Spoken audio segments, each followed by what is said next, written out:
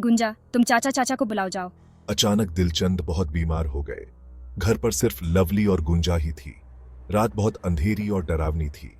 गुंजा भागकर अपने चाचा कौशल्या और चंद्रदेव के पास गए। S2 चाचा चाचा, क्या हुआ बेटी गुंजा? इतनी रात को इतनी परेशान क्यों हो? तुम्हारे पिताजी बेटी घर पर हैं? हाँ चाचा, घर पर ही हैं। गुंजा का चेहरा बहुत उदास था और वो बहुत रो रही थी। ये देखकर उसके चाचा ने तुरंत चलने को कहा। उस समय लवली 12 साल और गुंजा सिर्फ 7 साल की थी।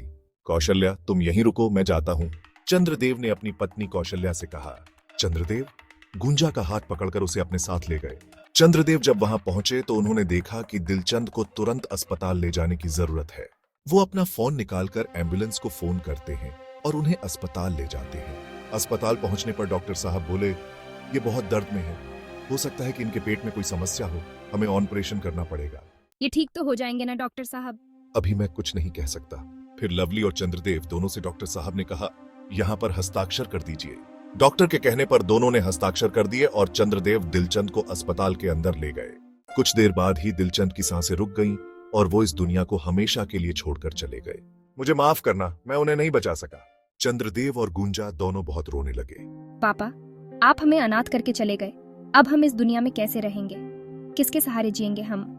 चंद्रदेव ने लवली के सिर पर हाथ फेरते हुए कहा, संभालो बेटी अपने आप को, हिम्मत रखो, मैं हूं ना।